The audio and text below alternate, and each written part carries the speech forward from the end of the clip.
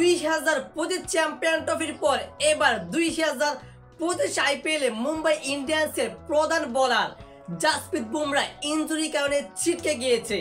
আর বিকল্প হিসেবে মুম্বাই ইন্ডিয়ান্সে যুক্ত হচ্ছে বাংলাদেশের পেসার কাঠার মাস্টার মুস্তাফিজুর রহমান, যে কিনা 2024 আইপিএলে চেন্নাই সুপার কিংসের হয়ে দুর্দান্ত পারফরমেন্স করেছে এবং কি পাপল ক্যাপের অধিকারী হয়েছে টানা 2 বার।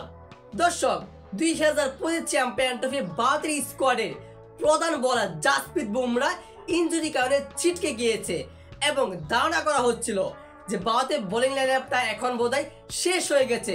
তবে সেটা বুঝতে দেয়নি মোহাম্মদ সামি, কুলদীপ যাদব, বরুণ চক্রবর্তী। তারা ঠিক দুর্দান্ত বোলিং মাধ্যমে ভারতকে এবার চ্যাম্পিয়ন ট্রফির ফাইনালে উঠিয়ে দিয়েছে। ঠিক একইভাবে এই 2025 আইপিএল সিজনে মুম্বাই ইন্ডিয়ান্সের প্রধান bowler main bowler Jasprit Bumrah ইনজুরির কারণে ছিটকে গিয়েছে। এমনটাই জানিয়েছে ভারতীয় গণমাধ্যম টাইমস অফ ইন্ডিয়া। তারা এক প্রতিবেদনে জানিয়েছে 2025 চ্যাম্পিয়ন ট্রফি থেকে বাদ পড়েছে ইনজুরির কারণে জাসপ্রীত বুমরা।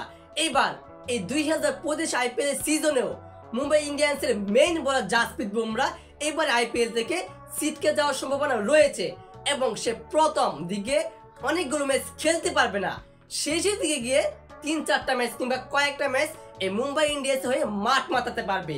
তবে এবার কথাটা হচ্ছে, কিছুদিন আগে 2-5 দিন আগে বাংলাদেশের পেসার মুস্তাফিজুর রহমান এক সাক্ষাৎকার জানিয়েছিল এবারে আইপিএল এর জন্য তাকে 3টা ফ্র্যাঞ্চাইজি প্রস্তাব দিয়েছে মাঠ মাতানোর জন্য। তবে কোন 3টা ফ্র্যাঞ্চাইজি সেটা এখনো মুস্তাফিজুর রহমান জানায়নি। এবার টাইমস অফ ইন্ডিয়ার প্রতিবেদনও বোঝা যাচ্ছে যে মুস্তাফিজুর রহমান মুম্বাই ইন্ডিয়ান্স হয়ে মাঠ মাতাবেন, কেননা জাসপ্রীত বুমরা মেন বোলার। সে ইনজুরিতে পড়ে গেলে কে বিকল্প হিসেবে দাঁড়াবে? একমাত্র বলা হচ্ছে মুস্তাফিজুর রহমান, কারণ তার স্লোয়ার কাটার রয়েছে এবং সে 2024 আইপিএলে চেন্নাইয়ের হয়ে যা কিছু দেখিয়েছে তা তো একদম ভুলতে পারবে না কোনো ফ্র্যাঞ্চাইজি।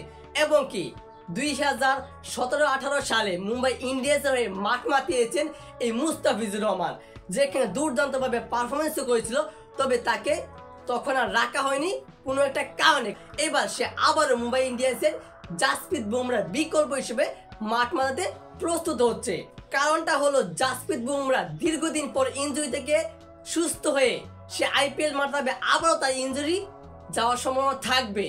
তখন কে মাঠ মাতাবে? অবশ্যই বাংলাদেশে মুস্তাফিজুর রহমান। সেজন্যই এই মুস্তাফিজুর রহমানকে আইপিএল এবার দেখা যেতে পারে মুম্বাই ইন্ডিয়ান্সের হয়ে।